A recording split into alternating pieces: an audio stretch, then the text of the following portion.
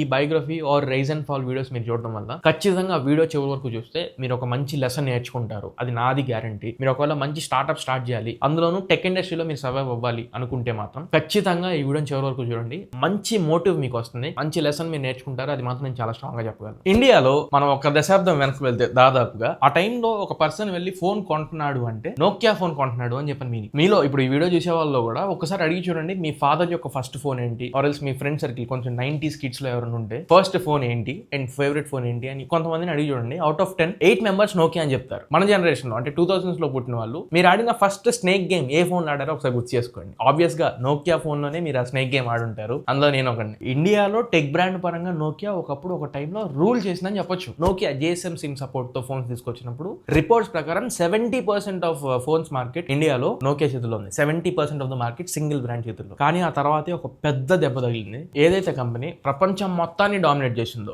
Not only India, ప్రపంచం మొత్తాన్ని dominate చేసిందో అదే కంపెనీ అసలు స్మార్ట్ ఫోన్ వరల్డ్ లో నుంచే మొత్తానికి పత్రానికి పడిపోయింది. ఆ బ్రాండ్ ఇప్పుడు సామ్సంగ్ రీప్లేస్ చేసింది. ఓఎస్ పరంగా ఆండ్రాయిడ్ డిస్ట్రాయ్ చేసింది. చైనీస్ బ్రాండ్స్ గురించి అయితే ఇంకా చెప్పాల్సిన అవసరం లేదు. ఆల్రెడీ చచ్చిపోయి ఉన్న నోకియాని పాతి పెట్టేసినాయి, కనీసం ఆనవాళ్ళు కూడా కనపడకుండా. ఇప్పుడు దాకా మనం ఏదైతే కింగ్ ఆఫ్ స్మార్ట్ ఫోన్స్ అని మనం మాట్లాడుకున్నామో నోకియా అసలు ఈ స్పాట్ లైట్ లోనే లేకుండా పోయింది. సో ఈ వీడియోలో మనం నోకియా అంత హైట్స్ వరకు ఎలా రీచ్ అవ్వగలిగింది, అసలు వాళ్ళు ఎంత రెవెన్యూ జనరేట్ చేశారు, ఇండియన్స్ ముఖ్యంగా నోకియాని ఎందుకు బాగా ఇష్టపడ్డారు, నోకియా అంత పతనం అయిపోవడానికి రీజన్స్ ఏంటి, కారణాలు ఏంటి, అండ్ మధ్యలో మైక్రోసాఫ్ట్ అనేది ఒకటి వచ్చింది. ఆ మైక్రోసాఫ్ట్ తో కలవడం వల్ల నోకియా ఏం కోల్పోయింది. ఇప్పుడు మనం నోకియాకి పేరెంట్ కంపెనీగా మాట్లాడుకుంటున్నాం. HMD గ్లోబల్ అంటే ఏంటి, రైట్ నౌ నోకియా ఇప్పుడు ఎక్కడుంది, వీటన్నింటినీ నేను కవర్ చేస్తాను. వీడియోని పూర్తిగా చూడండి, చాలా ఇంట్రెస్టింగ్ అనిపిస్తుంది. ప్రతి సండే ఇలాగా ఒక మంచి బయోగ్రఫీ లాంటి స్టోరీతో మీ ముందుకు వస్తున్నా. సండేస్ వచ్చే వీడియోస్ మాత్రం మిస్ అవుతుంది. కుదిరితే ఇలాంటి వీడియోస్ ని షేర్ చేయడానికి ట్రై చేయండి. చాలా డిఫరెంట్ గా ట్రై చేస్తున్నాను. ఈ వీడియోలో కూడా లాస్ట్ టైం ఇలానే HTC బ్రాండ్ గురించి చేశాను. ఒకసారి ఆ వీడియో మిస్ అయితే ఇక్కడ thumbnail వేస్తాను, ఒకసారి వీడియో చెక్ చేయండి. ఇంకా మనం చాప్టర్ వైజ్ స్టార్ట్ చేద్దాం. ఫస్ట్ చాప్టర్ ఓకే ఇండియాలోకి ఎలా ఎంటర్ అయిందో చూద్దాం. అరౌండ్ 1990s లో ఇండియాలో స్మార్ట్ ఫోన్స్ కాదు కదా, ఫోన్స్ కనపడమే చాలా రేర్ గా కనిపించాయి. తక్కువ వాల్యూ చేసే ఫోన్ అయినా కానీ చాలా ఎక్స్పెన్సివ్ గా ఇండియాలో ఉండేది. ఎక్స్పెన్సివ్ కాదు, ఎక్స్ట్రీమ్లీ ఎక్స్పెన్సివ్ అని చెప్పొచ్చు. ఇప్పుడు మనం చూస్తున్న 2-3 వేల రూపాయల ఫోన్ ఆ టైంలో 30-40 వేల రూపాయలకి అమ్మేవాళ్ళు. ఆ టైంలో 30 వేల రూపాయలు అంటే ప్రైస్ ఎంత ఎక్కువ ఒకసారి మీరు ఆలోచించండి. ఎవరైతే బాగా ధనవంతులైన బిజినెస్ మ్యాన్స్ ఉండేవాళ్ళు, బై బర్త్ రిచ్ పీపుల్ ఉండేవాళ్ళు, కార్పొరేట్ ఎగ్జిక్యూటివ్స్ ఉండేవాళ్ళు, వాళ్ళు మాత్రమే వాళ్ళ చేతుల్లో ఫోన్లు మెయింటైన్ చేసేవాళ్ళు. ఆ ఎంట్రీ లెవెల్లో మళ్ళీ 2 బ్రాండ్స్ ఎక్కువగా కనిపించేవి. ఒకటి మోటరోలా, బిగినింగ్ ఆల్మోస్ట్ మోటరోలా ఎక్కువ ఆక్యుపై చేసింది. తర్వాత సోనీ, ఎరిక్సన్ మొదలైంది. మాక్సిమం ఈ 2 బ్రాండ్స్ మధ్యలో మార్కెట్ ఉండింది. అక్కడికి మొబైల్ ఫోన్స్ అనేవి ఒక లగ్జరీ ప్రోడక్ట్ లాగే కనబడుతున్నాయి తప్ప ప్రతి ఒక్కరు యూజ్ చేసుకునేలా కనిపించలేదు. నెట్వర్క్ కవరేజ్ సరిగ్గా ఉండేది కాదు, బ్యాటరీ లైఫ్ అసలు ఉండేది కాదు. బ్యాటరీని సపరేట్ గా తీసుకొని ఛార్జింగ్ పెట్టుకోవాలి. ఫోన్లు ఈ both Sony, Ericsson and Motorola phones మనకి ఒక చేతిలో వాకీ టాకీ పట్టుకున్న ఫీల్ ఉంచాయి, లేదా చేతుల్లోంచి ఒక క్యాప్ లోంచి ఫోన్ తీసి ఇలా మాట్లాడుకుని మళ్ళీ ఏదో లోపలికి పెట్టుకునేలాగా ఒక మ్యూజిక్ ఇన్స్ట్రుమెంట్ లాగా అనిపించేది. డబ్బులు లేక చాలా మంది ఏం చేసేవాళ్ళు అంటే ల్యాండ్ లైన్ ఫోన్ల మీద డిపెండ్ అయ్యేవాళ్ళు, కానీ ఫోన్లు కొనుక్కునేవాళ్ళు కాదు. ఆ టైంలోనే ఫిన్నిష్ కంపెనీ నుంచి నోకియా అనే బ్రాండ్ లాంచ్ అయింది.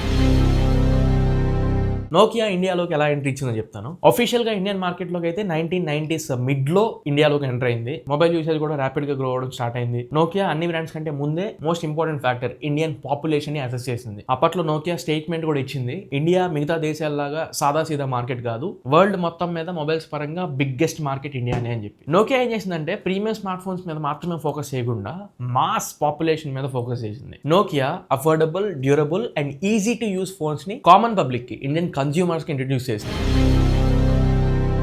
నోకియా ఎంటర్ అవడంతోనే ఒక 5 పాయింట్స్ చెప్తాను, వీటిల్లో బాగా ఇన్వెస్ట్ చేసింది. అందులో మొట్టమొదటిది డిస్ట్రిబ్యూషన్ నెట్వర్క్స్, రెండోది రీటైల్ పార్ట్నర్షిప్స్, మూడోది లోకల్ లాంగ్వేజ్ సపోర్ట్, నాలుగోది అప్పటి వరకు ఫేస్ చేస్తున్న battery problem, battery optimisation, and ఐదోది సర్వీస్ సెంటర్స్. ఈ 5 పాయింట్స్ ని ఫాలో అయ్యే స్ట్రాటజీ ఏదైతే ఉందో అది నోకియాకి హ్యూజ్ మ్యాసివ్ సక్సెస్ ఇచ్చింది. అసలు ఎందుకు ఇండియన్ పీపుల్ నోకియా అనే బ్రాండ్ ని అంతలా ఇష్టపడ్డారు? మొట్టమొదటిది అన్బ్రేకబుల్ బిల్డ్ క్వాలిటీ. ఇప్పటికీ మీరు ఇన్స్టాగ్రామ్ రీల్స్ లో కానీ యూట్యూబ్ షార్ట్స్ లో కానీ చూసి ఉంటారు, కొన్ని అంతస్తుల నుంచి నోకియా ఫోన్ పడ్డా గానీ అంతే డ్యూరబుల్ గా ఫోన్ బేసిక్ ఫంక్షన్స్ అన్ని ప్రాపర్ గా రన్ అవుతూ ఉంటాయి. నోకియా ఫోన్ మొద్దు సెట్ అని చెప్పని ఒక పేరుని తెచ్చుకుంది. జోక్లు వేసుకునే వాళ్ళు నోకియా ఫోన్ కింద పడితే ఫ్లోర్ డ్యామేజ్ చేద్దాం అని చెప్పి. కొన్ని ఫోన్ మోడల్స్ చెప్తాను, ఒకసారి చెక్ చేయండి. వీటిలో మీరు కొన్ని చూసే ఉంటారు. నోకియా 1100 మోస్ట్ ఫేవరెట్ ఫోన్ ఇది, చాలా మంది యూస్ చేసి ఉంటారు ఈ ఫోన్ ని. తర్వాత నోకియా 3310, నోకియా 1600, నోకియా 6600, నోకియా 7610. ఇవన్నీ లెజెండరీ ఫోన్స్ ఇండియాలో. ఒక్క వాటర్ టెస్ట్ తప్ప drop test, rough test, heat test, fall test అన్ని ఈ ఫోన్ సర్వైవ్ అయింది. ఇండియన్ యూజర్స్ కి ఫ్యాన్సీ ఫ్యాన్సీ ఫీచర్స్ కంటే డ్యూరబిలిటీ మోస్ట్ ఇంపార్టెంట్ అని చెప్పని ఇక్కడ ప్రూవ్ అయిపోయింది. రెండోది బ్యాటరీ లైఫ్. చెప్పాను కదా, నోకియా కంటే ముందున్న బ్రాండ్స్ అన్ని కూడా ఫోన్ ఫుల్ ఛార్జ్ చేసుకుంటే అవి ఒక పూట మాత్రమే సర్వైవ్ అయ్యాయి. అంత పూర్ ఉండేది బ్యాటరీ పర్ఫార్మెన్స్. కానీ ఆ టైంలో వచ్చిన నోకియా ఫోన్స్ 1 డే యూసేజ్ కాదు, 2 రోజులు ఫోన్ యూస్ చేసుకునేలాగా బ్యాటరీ ఆప్టిమైజ్ చేసి తీసుకొచ్చారు. కొన్ని ఫోన్లు అయితే వారం రోజులు బ్యాటరీ వచ్చే ఫోన్స్ కూడా ఉండేవి. నోకియా డామినేట్ చేయడానికి మేజర్ రీజన్ బ్యాటరీ పర్ఫార్మెన్స్ కూడా. మూడోది OS and experience. User friendly ఉండేది, ఇంటర్ఫేస్ కూడా చాలా సింపుల్ అండ్ స్మూత్ ఉండేది. ఈవెన్ జావాతో కొలాబ్ అయిన తర్వాత కూడా నోకియా ఆశా సిరీస్ అండ్ ఇంకొన్ని మోడల్స్ ఉన్నాయి, నేను చెప్తాను, చాలా స్మూత్ అనిపించేవి. నాలుగోది మ్యాసివ్ డిస్ట్రిబ్యూషన్ నెట్వర్క్ వాళ్ళ చేతిలో ఉండేది. మీరు ఏ పాయింట్ ఆఫ్ ఏరియాలోకైనా వెళ్ళండి, అక్కడ నోకియా ఫోన్ కొనుక్కోవడానికి దొరుకుతుంది. పెద్ద పెద్ద నగరాల నుంచి చిన్న చిన్న గ్రామాల వరకు ఎక్కడైనా మీరు నోకియా ఫోన్ కొనుక్కోవచ్చు. అంత స్టాక్, అంత డిస్ట్రిబ్యూషన్ మార్కెట్ ని మెయింటైన్ చేసేవాళ్ళు. మొబైల్ షాపుల్లోనో లేదా ఎలక్ట్రానిక్ స్టోర్స్ లోనో కాదు, రైల్వే స్టేషన్లతో సహా నోకియా ఫోన్లు అమ్మేసేవాళ్ళు. ఆఫ్లైన్ రీటైల్ మార్కెట్ లో నోకియా ఒక బిగ్గెస్ట్, స్ట్రాంగెస్ట్ మార్కెట్ ని ఎస్టాబ్లిష్ చేసుకుంది. At the same time repair చేసేవాళ్ళు కూడా. మీరు ఏ మెకానిక్ దగ్గరికి వెళ్ళినా కానీ నోకియా ఫోన్ ని ఊరికే తీసేసి వెంటనే రిపేర్ చేసి ఫోన్ ఇచ్చేసేవాడు. ఇప్పుడు మిగతా మోటోలో కానీ, సోనీ ఎరిక్సన్ కానీ, సామ్సంగ్ కూడా ఉండేది. వీటిని ఓపెన్ చేసి పాటల కోసం చెక్ చేసుకోవాలనుకుంటే హార్డ్వేర్ కొంతమందికి అర్థమయ్యేది కాదు, పాటలు కొన్ని దొరికేవి కాదు. బట్ నోకియా అలా కాదు, ఉప్పది తీశారంటే ఫోన్ పని అయిపోయినట్టే, కంపల్సరీ వాడు చక్కగా రిపేర్ చేసి మన చేతికి ఇస్తున్నట్టే. అలాంటి కాన్ఫిడెన్స్ ని బిల్డ్ చేసింది. ఐదోది బ్రాండ్ వాల్యూని కూడా అంతే ఇమోషనల్ గా బిల్డ్ చేయగలిగింది. నోకియా లోగోని మీరు ఒకసారి అబ్జర్వ్ చేశారా? చేతులు మనకి ఇలా కలుస్తూ ఉంటాయి, అండ్ చేతులు కలిసేటప్పుడు ఒక ట్యూన్ వచ్చింది, నోకియా ట్యూన్.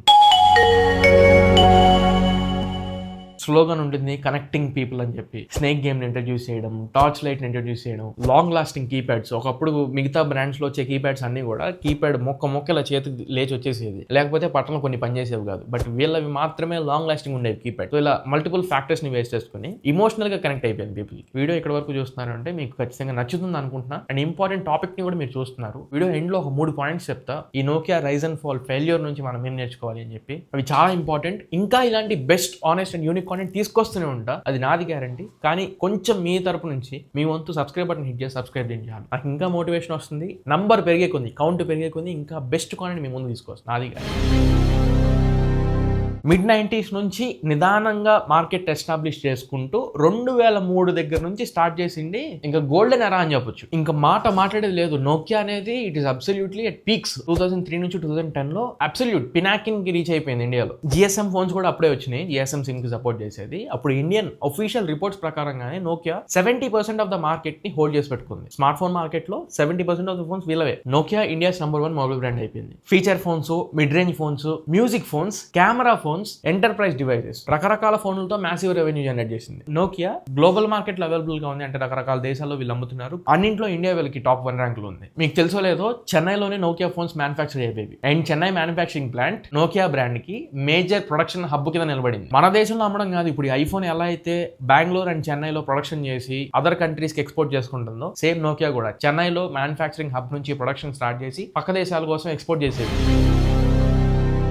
కొన్ని పాపులర్ మోడల్స్ చెప్తానని చెప్పాను కదా, నోకియా 1100 ఇండియన్ హిస్టరీలోనే మోస్ట్ ఐకానిక్ ఫోన్ ఇది. మిలియన్స్ ఆఫ్ ఇండియన్స్ ఈ ఫోన్ యూస్ చేశారు, మిలియన్స్ ఆఫ్ ఇండియన్స్. నోకియా 3310 అయితే ఇంకా డ్యూరబిలిటీకి పెట్టింది వేరు. నోకియా 6600 అయితే ఆ టైంలో ఇండియాలో ఉన్న one of the premium phones లో ఇది ఒకటి. కెమెరా పరంగా, అడ్వాన్స్డ్ ఫీచర్స్ పరంగా నోకియా 6600 అహెడ్ ఉండేది. నోకియాలో ఎన్ సిరీస్ వచ్చేసి ఇంకా ప్రీమియం స్మార్ట్ ఫోన్స్ అనమాట. నోకియా N70, నోకియా N73, ఈ ఫోన్స్ లో అప్పుడే మ్యూజిక్ ఉండేది, కెమెరా ఉండేది, మల్టీమీడియా పర్పస్ వీడియోస్ యూస్ చేసుకునే వాళ్ళు, సింబయాన్ OS కి సంబంధించిన యాప్స్ కూడా ఈ ఫోన్ కి సపోర్ట్ చేసేది. ఒకవేళ మీరు బిజినెస్ పీపుల్ అయినా లేదా కాలేజ్కి వెళ్ళే వాళ్ళైనా మీ చేతిలో N70 కానీ N73 ఫోన్ మీ చేతిలో ఉంటే మిమ్మల్ని ఒక రిచ్ ఫెలో కింద కన్సిడర్ చేసేవాళ్ళు అనమాట. ఫోన్ మోడల్ కూడా చాలా తక్కువ కాబట్టి ప్రతి ఒక్కరు గుర్తుపట్టేవాళ్ళు ఆ ఫోన్ ఏంటి అని చెప్పని. తర్వాత మ్యూజిక్ ఓరియంటెడ్ గా నోకియా 5233, 5800 ఎక్స్ప్రెస్ మ్యూజిక్ మొదటిసారిగా వీటిలో టచ్ స్క్రీన్ ఇంట్రడ్యూస్ చేయడం, అప్పటి వరకు ఉన్న ఎరా మొత్తాన్ని చేంజ్ చేసేసి ఎక్స్ట్రీమ్ లెవెల్లోకి వెళ్ళిపోయినాయి అనమాట. అండ్ అప్పటికి ఆండ్రాయిడ్ ఇంకా రాలేదు. ఆండ్రాయిడ్ కి వచ్చే ముందే వెంటనే వీళ్ళు నోకియా లూమియా సిరీస్ కూడా తీసుకొని వచ్చారు.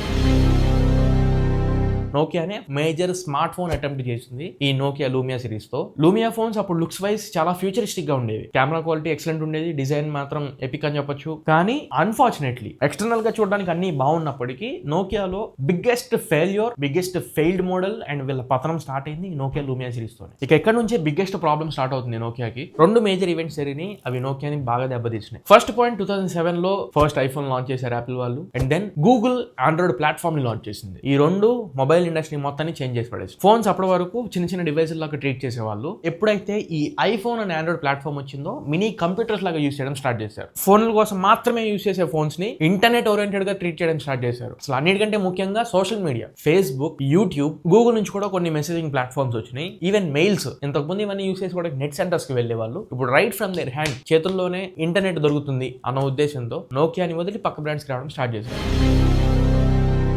కానీ నోకియా ఇక్కడ ఒక క్రిటికల్ మిస్టేక్ చేసింది. నోకియాకి బాగా ఫేమస్ అయింది Symbian OS. కానీ ఆ ప్లాట్ఫామ్ నుంచి క్రాస్ ప్లాట్ఫామ్ ఆండ్రాయిడ్ కి రాకుండా ఇంకా వాళ్ళు ఆ Symbian OS లోనే మిగిలిపోయి ఉన్నారు. అది major critical mistake. Symbian OS అంతా బాగానే ఉంది కదా, మరి ఎందుకు ఫెయిల్ అయింది అని చూసుకుంటే గుర్తుపెట్టుకోండి, ఎప్పటికైనా కాలం మారే కొంది మనం కూడా దానికి తగ్గట్టుగా అప్డేట్ అవుతూ ఉండాలి. అప్పట్లో ఉండే Symbian OS ఆ టైంలో లాంచ్ అయిన iOS కి ఆండ్రాయిడ్ ప్లాట్ఫామ్ కి చాలా వెనకబడి ఉండేది. ఎప్పుడో మిడ్ 90s నుంచి యూస్ చేస్తూ వచ్చారు కదా, ఈ 2007, 2010 దాకా వచ్చేటప్పటికి పీపుల్ కి బోర్ కొట్టేసింది. చూసిన ఫీచర్లే చూసి, చూసిన ఆప్షన్సే చూసి అన్ని ఫోన్లో ఒకే ఓఎస్ ఉండడం ఎవరికి నచ్చల, పాత పడిపోయిందనే ఫీల్ లోకి వెళ్ళిపోయారు. అండ్ అప్పుడు వచ్చిన ఐఫోన్స్ అండ్ ఆండ్రాయిడ్ ఫోన్స్ తో కంపేర్ చేస్తే అప్పటి వరకు ఉన్న టచ్ స్క్రీన్ నోకియాలో ఏదైతే ఉందో అది ల్యాగ్ అవుతుంది, అంటే లేట్ గా రెస్పాండ్ అవుతుంది. ఆండ్రాయిడ్ ఇంకా ఫాస్ట్ అవుతుంది, ఐఓఎస్ ఇంకా వేరేతోనే మనం టచ్ చేస్తాం, చాలా ఫాస్ట్ రెస్పాన్స్ ఉందని చెప్పని వాడికి స్విచ్ అవడం మొదలు పెట్టారు. తర్వాత ఎకో సిస్టమ్ కూడా, గూగుల్ వాళ్ళకి ప్లే స్టోర్ ఉంది, యాపిల్ వారికి యాప్ స్టోర్ ఉంది. ఒక యాప్ ని మనం Symbian OS నుంచి డౌన్లోడ్ చేసుకొని యూస్ చేసుకోవాలనుకుంటే చాలా డిఫికల్ట్ అనిపించేది. అండ్ ఈవెన్ డెవలపర్స్ కూడా Symbian OS కి చాలా తక్కువ ఉండేవాళ్ళు. కానీ ఆ డెవలపర్స్ అందరూ iOS యాప్ స్టోర్ లోకి ఆండ్రాయిడ్ ప్లాట్ఫామ్ లో యాప్ డెవలప్ చేయాలని చెప్పని ఆండ్రాయిడ్ ప్లాట్ఫామ్ మీదకి షిఫ్ట్ అయిపోయారు. కానీ రియాక్షన్ అనేది ఒకటి ఉండాలి కదా, అంటే మన ప్లాట్ఫామ్ ని వదిలి వెళ్ళిపోతున్నారు అన్నప్పుడు ఒక బ్రాండ్ ప్రాపర్ రియాక్షన్ చూపించాలి. కానీ నోకియా చాలా స్లో రియాక్షన్ అనమాట. అంటే మనకి లాయల్ యూజర్స్ ఉన్నారు, లాయల్ బేస్ ఉంది అని చెప్పి అనుకుని రియాక్షన్ ఫాస్ట్ అవ్వకుండా చాలా స్లోయర్ వేలో తీసుకుంది. అదే టైంలో ఆండ్రాయిడ్ గ్రోత్ ని పసిగట్టి ఆల్రెడీ ఎగ్జిస్టింగ్ లో అండ్ HTC లాంటి బ్రాండ్ నే తొక్కిన ఎక్స్పీరియన్స్ తో ఉన్న సామ్సంగ్ బ్రాండ్ నోకియా మనకి అంతలే, ఈ ప్లాట్ఫామ్ ని మనమే రూల్ చేద్దాం, ఆండ్రాయిడ్ అనే ప్లాట్ఫామ్ ని మనమే రూల్ చేద్దామని నోకియాని టార్గెట్ చేసి అగ్రెసివ్ గా జనాన్ని ఆండ్రాయిడ్ కి అడాప్ట్ చేయడంలో బిలియన్స్ ఆఫ్ డాలర్స్ ఇన్వెస్ట్ చేసింది. నోకియా ఏం చేస్తుంది ఆ టైంలో, ఆండ్రాయిడ్ ప్లాట్ఫామ్ మనం కూడా అడాప్ట్ చేసుకుందాం అనే ఉద్దేశంలో లేదు, ఎలా Symbian OS ని మనం ఇంకా నిలదొక్కుకోవాలి, Symbian OS ని ఎలా కాపాడుకోవాలని చెప్పని పెట్టుకుంది. అంటే టైం కి తగ్గట్టు వీళ్ళేం అప్డేట్ అవ్వట్లా, వీళ్ళ దగ్గర ఉన్నదాన్ని ఇంకా జనానికి అలవాటు చేద్దామని చూస్తున్నారు. అదే చేసిన మేజర్ మిస్టేక్. డిలే కాస్త డెడ్లీ అయిపోయింది. సామ్సంగ్ అండ్ చైనీస్ బ్రాండ్స్ ఇండియాలోకి రావడం మొదలు పెట్టేసి అందులో మొట్టమొదటిగా సామ్సంగ్ గ్యాలక్సీ యాడ్స్ తో విపరీతంగా మార్కెట్ లోకి దూసుకెళ్లిపోయింది. షామీ, ఒప్పో, వివో లాంటి చైనీస్ బ్రాండ్స్ ఇండియాలోకి అడుగు పెట్టేసినాయి. అన్ని బ్రాండ్స్ తో కంపేర్ చేసి వాళ్ళు సామ్సంగ్ కి సెల్యూట్ చెప్పొచ్చు. అంటే ఫ్యూచర్ మొత్తాన్ని సామ్సంగ్ ముందే అసెస్ చేసేసింది, ముందే చూసేసింది. ప్రతి బడ్జెట్ లో HTC వీడియోలో కూడా నేను ఇదే చెప్పా, ప్రతి బడ్జెట్ 10, 15, 20, 22, 25, 30 ప్రతి బడ్జెట్ లో సామ్సంగ్ నుంచి ఒక ఆండ్రాయిడ్ ఫోన్ మీకు కనిపించేది. కొన్ని ఇండియన్ బ్రాండ్స్ ఉన్నాయి, కాకపోతే ఎక్కువ మార్కెట్ ని అది చేతిలో పెట్టుకోలేకపోయినాయి. సామ్సంగ్ ఒక్కటే ఒంటరిగా ఎంత మార్కెట్ పెట్టుకునేదో ఈ Indian brands like Micromax, lava, carbon, Celkon ఇలాంటి 3 బ్రాండ్స్ కలిపి కొంత మార్కెట్ ని హోల్డ్ చేసి ఉండేది. కానీ చైనీస్ బ్రాండ్స్ ఆ టైంలోనే చైనాలో ఒక మంచి రెవల్యూషన్ జరుగుతుంది ఎలక్ట్రానిక్స్ పరంగా, ఇండియాలో కూడా వాళ్ళ వింగ్స్ ని స్ప్రెడ్ చేసి ఒప్పో, వివో, BB ఎలక్ట్రానిక్స్ అన్ని బ్రాండ్స్ దాని కిందే ఉంటాయి, ఇండియాలోకి వాళ్ళ వేవ్ ని పుష్ చేసింది. ఒక్కసారి చైనీస్ బ్రాండ్స్ ఇండియాలోకి వస్తే తెలుసు ఎలా ఉంటుందో, సామ్సంగ్ ని కూడా వాష్ అవుట్ చేసే రేంజ్ కి వెళ్ళి. ఇంత జరుగుతుండగా నోకియా అదే Symbian OS తో ఇంకా ఎలా పైకి తీసుకురావాలి దీన్ని అని చెప్పని డీలింగ్స్ చేస్తూ ఉండేది. ఆ టైంలో ఇంకా వాళ్ళ క్లారిటీ వచ్చింది, ఓకే ఇది నడవదు, మనం కూడా ఇంకా అప్గ్రేడ్ అవ్వాలి అని చెప్పి. బట్ వీళ్ళని దెబ్బ కొట్టిన ఆండ్రాయిడ్ ప్లాట్ఫామ్ లోకి మాత్రం వెళ్ళకూడదు, మనం వేరే ఓఎస్ తో టైప్ అవుదాం అని చెప్పని వర్స్ట్ మిస్టేక్ చేసింది మైక్రోసాఫ్ట్ డీల్. చాలా మంది దీనికోసం వెయిట్ చేస్తూ ఉంటారు. మైక్రోసాఫ్ట్ లోగోతో లూమియా మోడల్స్ ని తీసుకొచ్చారు. UI మొత్తం కూడా విండోస్ UI ఉండేది. టెక్ హిస్టరీ మొత్తంలోనే one of the biggest decision ఇది, కంప్యూటర్ లో చూసే ఓఎస్ ని ఒక ఫోన్ లోకి తీసుకురావడం. నోకియా వెళ్ళి మైక్రోసాఫ్ట్ తో పార్ట్నర్ అవ్వడం. ఈ డెసిషన్ స్టార్టింగ్ లో చాలా బాగా క్లిక్ అయింది. అంటే కొన్ని ఫోన్స్ అయితే జనం ఎరగబడి కొన్నారు. 3 ఫ్యాక్టర్స్ బాగా అట్రాక్ట్ చేసి, ఒకటి UI చాలా స్మూత్ అనిపించేది, రెండోది కెమెరాస్ నెక్స్ట్ లెవెల్ అనిపించేవి, మూడోది డిజైన్ చాలా ప్రీమియం అనిపించేవి. కానీ ఒక పెద్ద హ్యూజ్ ప్రాబ్లం ఏంటి అంటే app and eco system. Apps మీకు ప్రతి యాప్ దాంట్లో దొరికేది కాదు. ఇప్పుడు విండోస్ యాప్ స్టోర్ లో ఏదైతే ఉంటుందో పరిమితం అయిపోయి, ఆండ్రాయిడ్ ప్లాట్ఫామ్ లో ఉన్నంత ఫ్లెక్సిబిలిటీ ఉండేది కాదు. ప్రతి చిన్న యాప్ విండోస్ స్టోర్ లో దొరికేది కాదు. డెవలపర్స్ అందరూ మొబైల్ అప్లికేషన్స్ అంటే ఆండ్రాయిడ్, iOS కి అలవాటు పడిపోయి ఉన్నారు. విండోస్ కి మొబైల్ అప్లికేషన్ తగ్గట్టు ఆప్టిమైజ్ చేయడం ఎవరికి అప్పట్లో ఇంకా సెట్ కాల. అండ్ విండోస్ ఫోన్ లో ఏ సెట్టింగ్స్ చేయాలన్నా, ఏ యాప్ డౌన్లోడ్ చేయాలన్నా, కొద్దిగా అడ్వాన్స్ ఫీచర్స్ ఏవి యూస్ చేసుకోవాలనుకున్నా వాళ్ళ నావిగేషన్ కూడా సరిగ్గా ఉండేది కదా. అంటే బ్యాక్ వెళ్ళేది ఒక రకంగా ఉండేది, సెలక్షన్ ఆప్షన్ ఒక రకంగా ఉండేది, డిలీటింగ్ ఆప్షన్ ఒక రకంగా ఉండేది, ఇంపోర్ట్ ఎక్స్పోర్ట్ ఆప్షన్ ఒక రకంగా ఉండేది, SD కార్డ్ లోకి వెళ్ళడం ఒక రకంగా ఉండేది. మొత్తం కూడా నోకియా ఏదైతే పాయింట్ మీద హిట్ అయిందో, అంటే యూజర్ ఫ్రెండ్లీ అనే పాయింట్ మీద హిట్ అయిందో, దాన్నే కోల్పోయారు. లూమియా విండోస్ డీల్ వర్కౌట్ అయిన తర్వాత ఆ యూజర్ ఫ్రెండ్లీ అనే పదాన్ని కోల్పోయారు. అండ్ యాప్స్ కూడా ఎలా లాంచ్ అయ్యామంటే, ఇప్పుడు X అనే యాప్ ఆండ్రాయిడ్ ప్లాట్ఫామ్ లో, iOS ప్లాట్ఫామ్ లో జనవరిలో వచ్చింది అనుకోండి, జూలైలోనే, ఆగస్టులోనే ఉన్న విండోస్ ఫోన్ లో వచ్చేది. అంత లాగ్ ఉండేది, అంత లేట్ ఉండేది. 2013 లో Microsoft Nokia mobile phone business ని అక్వైర్ చేసుకుంది. సర్లే ఇప్పుడు మొత్తం మైక్రోసాఫ్ట్ చేతుల్లోకి వచ్చింది కదా, ఇంకా బ్రాండ్ సర్వైవ్ అయిద్దామని చెప్పి అనుకున్నారు. బట్ అంతకు మించిన ఫెయిల్యూర్ స్టార్ట్ అయింది. Nokia brand day by day ఇంకా వీక్ అయిపోవడం మొదలైంది. విండోస్ ఫోన్ పూర్తిగా ఫెయిల్ అయిపోయింది. వాళ్ళ phones after sale service proper గా ఇవ్వలేకపోయారు, సర్వీస్ సెంటర్స్ ప్రాపర్ గా మెయింటైన్ చేయలేకపోయారు. ఈవెన్ సెకండ్ హ్యాండ్ లో మీరు కొనుక్కున్న ఒకవేళ ఫోన్ అమ్మేద్దాం అనుకున్నా ప్రాపర్ ప్రైసింగ్ వచ్చేది కాదు. మైక్రోసాఫ్ట్ ఇంకా ఈవెన్చువల్ గా మొబైల్ ఫోన్ బిజినెస్ నుంచి షట్ డౌన్ అవడానికి డిసిషన్ తీసేసుకుంది. అదే టైంలో వీళ్ళ దరిద్రం బాగోక నోకియా వాళ్ళకి సంబంధించిన చెన్నై ఫ్యాక్టరీ ఏదైతే ఉందో మ్యానుఫ్యాక్చరింగ్ ఫ్యాక్టరీ ఇష్యూస్ మొదలైనవి. One of the biggest strength ఏంటి అంటే నోకియాకి ఆ మ్యానుఫ్యాక్చరింగ్ ప్లాంట్ ఇండియాలో ఉండడం. వేల మంది అక్కడ పనిచేసేవాళ్ళు అండ్ మిలియన్స్ ఆఫ్ ఫోన్స్ అక్కడ ప్రొడ్యూస్ చేసేవాళ్ళు. కానీ అదే టైంలో దీని మీద ఒక కాన్స్పిరసీ థియరీ కూడా ఉంది. అంటే చైనీస్ బ్రాండ్స్ సామ్సంగ్ ఇవన్నీ కలిసి ఇట్లా చేసినాయి అని చెప్పని టాక్స్ కాంప్లికేషన్స్ వచ్చినాయి, లీగల్ ఇష్యూస్ కూడా నోకియా బ్రాండ్ మీద పడ్డాయి. మైక్రోసాఫ్ట్ అక్విజిషన్ అయిన తర్వాత ప్రాపర్ గా లీగల్ గా నోకియా చూపించలేకపోయింది అని చెప్పి వాటి నుంచి మళ్ళీ బయటపడలేక నిదానంగా ఇంకా మార్కెట్ నుంచి అండ్ ఆపరేషన్స్ ని స్లోగా డౌన్ చేసుకోవడం మొదలుపెట్టారు. ఈవెన్చువల్లీ మనందరం ఎక్స్పెక్ట్ చేసినట్లే ఆ చెన్నై మ్యానుఫ్యాక్చరింగ్ ప్లాంట్ కూడా నిదానంగా షట్ డౌన్ అయిపోయింది. ఇండియాలో సిగ్నిఫికెంట్లీ మ్యానుఫ్యాక్చరింగ్ అండ్ ప్రొడక్షన్ ఆగిపోయింది. నోకియా ఎంత ఫాస్ట్ గా కొలాప్స్ అయిందో ఒకసారి మనం మాట్లాడదాం. నోకియా ఒక డికేడ్ లోనే స్మార్ట్ ఫోన్ కింగ్ నుంచి అసలు స్మార్ట్ ఫోన్ మార్కెట్ నుంచి ఎగ్జిట్ అయిపోయే పొజిషన్ వచ్చింది. రీజన్స్ వచ్చేసరికి 2010 మిడ్ కల్లా సామ్సంగ్ కొత్త కింగ్ లాగా ఎస్టాబ్లిష్ అయింది. ఆండ్రాయిడ్ ప్లాట్ఫామ్ కంప్లీట్ గా డామినేట్ చేసింది. చైనీస్ బ్రాండ్స్ ఎక్స్ప్లోడ్ అయినాయి. టెక్నాలజీ ఇండస్ట్రీ మొత్తం మీద one of the biggest collapse ఏంటి అంటే నోకియా బ్రాండ్ అని చెప్పారు.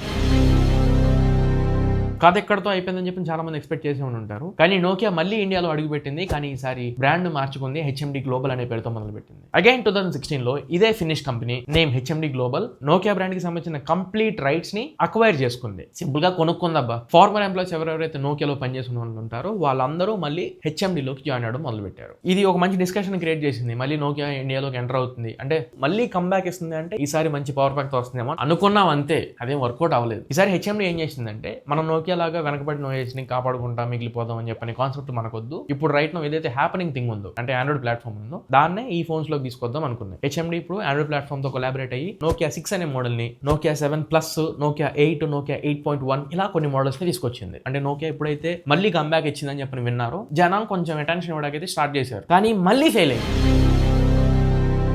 ఈసారి ఎందుకు ఫెయిల్ అయింది అంటే మార్కెట్లోకి చాలా లేట్ గా ఎంట్రీ ఇచ్చారు. ఆల్రెడీ దూసుకుపోతున్నాయి బ్రాండ్స్, వీళ్ళు నిదానంగా ఎంట్రీ ఇచ్చారు విత్ ఓల్డర్ స్పెక్స్. ప్రైస్ కూడా అంత కాంపిటేటివ్ ఉండేది కాదు అండ్ డిస్ట్రిబ్యూషన్ చైన్స్ కూడా అంత స్ట్రాంగ్ ఉండేది కాదు. వివోకి 10 మంది ఉంటే నోకియాకి ఒకళ్ళిద్దరు ఉండేవాళ్ళు. సామ్సంగ్ కి 25 మంది ఉంటే నోకియాకి 2 ఉండేవాళ్ళు. 2 మేజర్ కంపెనీస్ వల్ల మళ్ళీ నోకియా ఇబ్బంది పడింది. ఒకటి సామ్సంగ్, రెండోది షామీ. వివో, ఒప్పో కూడా కనిపించేవి కాదు ఆ టైంలో. షామీ ఆ లెవెల్లో రూల్ చేసేది. మళ్ళీ కొద్దిగా నోకియా స్ట్రగుల్ అవుతుంది, థర్డ్ పొజిషన్ కి వెళ్ళొచ్చేమో అనే టైంలోకి వివో, ఒప్పో అండ్ రియల్మీ దున్న అవతలు పడేసేవి మార్కెట్లో.